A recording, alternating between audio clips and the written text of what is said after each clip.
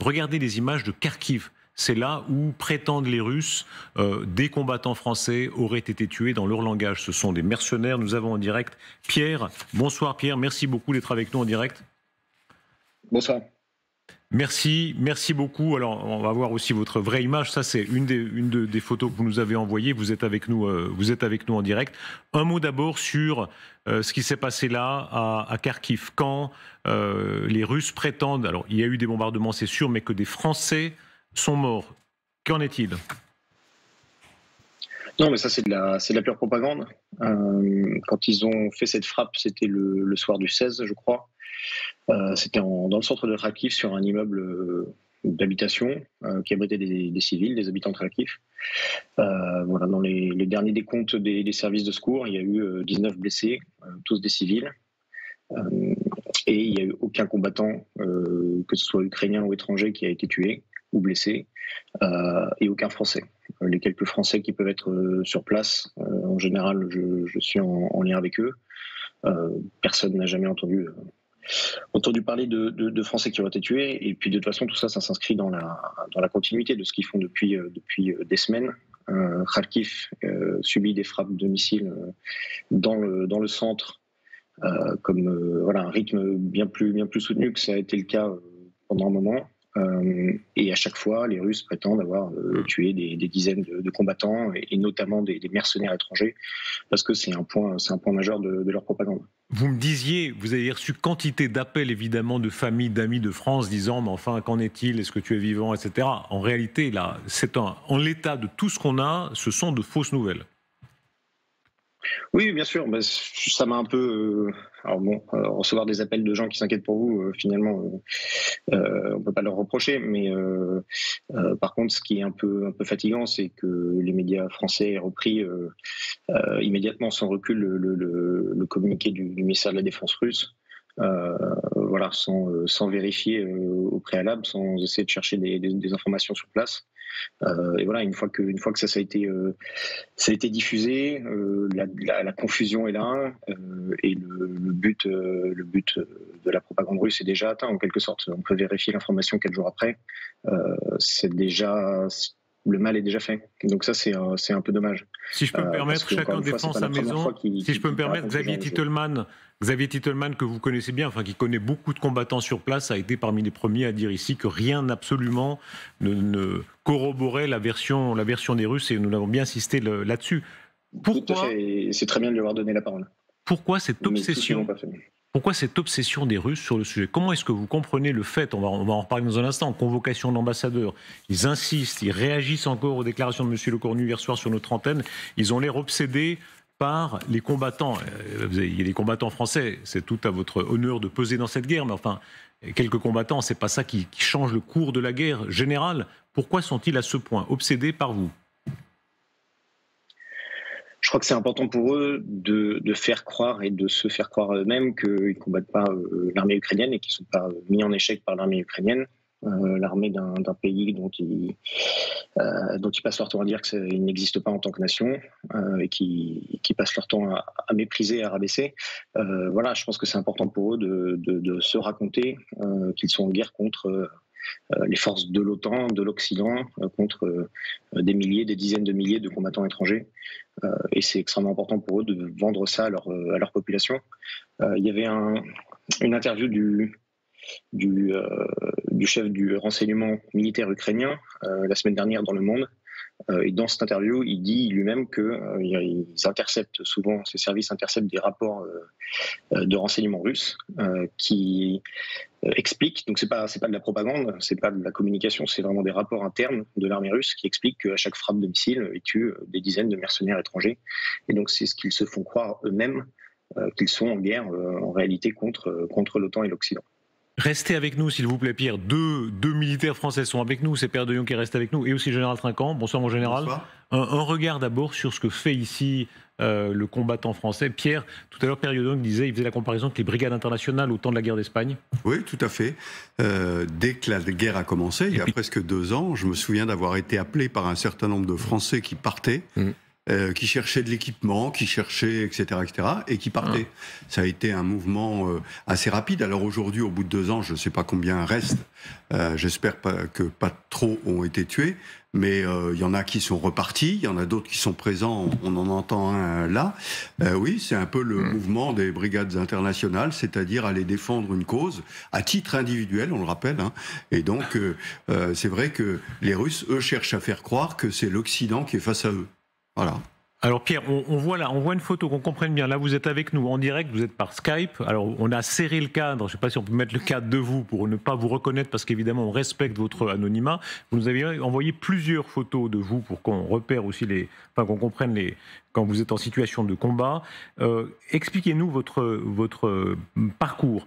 Vous avez eu une formation militaire. Vous n'êtes pas arrivé là par hasard. C'est un engagement ancien. Oui.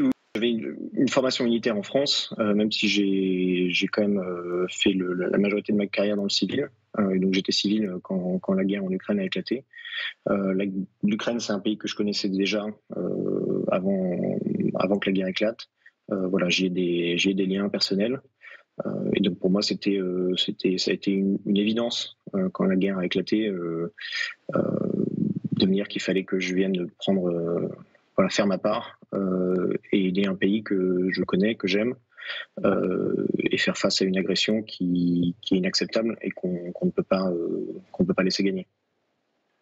Vous avez eu une formation importante aussi dans le civil, vous occupiez dans le civil un poste important, vous avez travaillé en Afrique et vous me disiez que ça a beaucoup compté dans votre conscience de l'affrontement avec la Russie, affrontement mondial qui n'est pas seulement sur le terrain de l'Ukraine. Oui, c'est vrai que j'ai pu quand même voir d'assez proche ce que font les Russes en Afrique et en particulier contre la France. Donc c'est vrai qu'il y avait cette conscience que la menace russe, elle n'est pas lointaine, elle n'est pas aux confins de l'Europe. Elle nous touche très directement. On est visé très directement comme adversaire, comme ennemi par les Russes. Et puis voilà, les troupes de Wagner qu'on a affrontées, notamment à Bakhmut l'hiver dernier. J'ai pu voir aussi ce qu'elles faisaient sur le terrain africain. Et l'insécurité, le chaos qu'elles engendraient en prétendant évidemment apporter de la sécurité à des populations qui sont souvent désemparées après des décennies d'instabilité. Pierre de Jong, vous avez beaucoup travaillé vous-même en Afrique, vous continuez. Oui. Ce que dit ici Pierre est tout à fait important. En réalité, c'est un affrontement qui n'est pas que, et d'ailleurs Sébastien Lecornu le dit toujours, ce n'est pas seulement sur le terrain de l'Europe. Alors c'est bon qu'il parle de ça, parce qu'il y a quelques jours, je parlais de la RCA, de la revue centrafricaine, où il y a des gens qui sont avec des sociétés françaises présentes sur place et qui ont d'énormes difficultés avec Wagner, parce qu'il y a un vrai danger. Encore aujourd'hui. Ah oui, à l'heure où je vous parle, bien évidemment, il y a de vrais... Oui, Prigojine est mort, mais pas Wagner. Alors, on va dire que c'est une mort lente, parce que dans quelques mois, quelques années, on n'en parlera plus, bien évidemment, ils ne sont pas destinés à rester, mais encore une fois, la structure existe, et elle est prééminente, et elle est extrêmement agressive. Pierre, un mot sur votre parcours, sur vos convictions. Vous me disiez, je suis un homme de droite, c'est intéressant, parce que, souvent, un conservateur, disiez-vous, je ne vais pas déformer vos propos, il y a des gens de droite pro-Poutine, il y a une droite pro-Poutine, il y a aussi une droite très anti-Poutine, y compris chez les combattants. Oui, il y a toujours des gens qui s'égarent. Je pense que la droite pro-Poutine, c'est une droite qui se dit souverainiste et qui donc voit dans l'ennemi de la France les États-Unis et qui par association voit dans tout ennemi ou tout adversaire des États-Unis des alliés potentiels. Voilà, et c'est des gens qui s'égarent comme d'autres ont pu s'égarer dans l'histoire de notre pays auparavant, en acceptant des compromissions avec des États qui en réalité nous prennent très directement comme ennemis et détestent tout ce qu'on est, détestent notre système, détestent nos valeurs. Et donc cette compromission-là, elle existe et il faut la voir et il faut la combattre chez nous.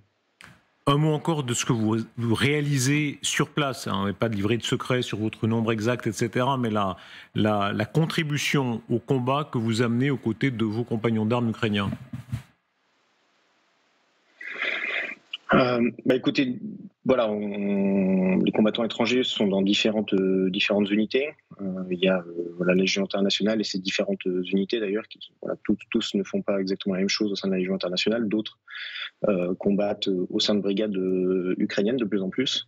C'est un phénomène de plus en plus répandu ces derniers mois. Voilà, des sections, des compagnies d'étrangers qui sont intégrées dans des compagnies, dans des brigades conventionnelles de l'armée ukrainienne. Donc après, selon la composition, selon les compétences, chacun mène des missions plus ou moins différentes. Après, ça reste en général des équipes qui sont dans des unités de combat, qui sont en première ligne sur le front. Et donc, moi, dans mon unité, on est plutôt en petites équipes à apporter des compétences particulières en appui aux unités ukrainiennes qui, elles, tiennent une partie du front. Voilà, donc ça va être de l'observation, du renseignement, du tir à longue distance, des capacités d'assaut sur certains objectifs particuliers, des capacités d'observation par drone, etc. Voilà, selon les différentes compétences des équipes. Pierre, vous êtes toujours avec nous. Peut-être question soit de Père de Jong, soit de Général Trinquant. Oui, vous avez évoqué Bakhmout il y a quelques minutes. Vous avez fait les combats de Bakhmout. Je veux dire, est-ce que les pertes qui ont été annoncées sont aussi importantes qu'on le dit, parce que vous étiez sur place, j'imagine? Vous parlez des pertes de quel côté? Des pertes humaines, des deux côtés, en tout cas des vôtres. Ah bah, est-ce que oui, clairement. Enfin, les combats à Bakhmout ont été très durs et très sanglants. C'est quand même un combat qui a duré des mois, en étant mené rue par rue, maison par maison. Du côté ukrainien, c'était quand même relativement, on va dire, contrôlé. C'est-à-dire qu'à partir du moment où certaines positions ont été perdues aux alentours de Bakhmout, il y a eu un repli contrôlé. Mais donc pas de débandade, pas de percée des lignes ukrainiennes.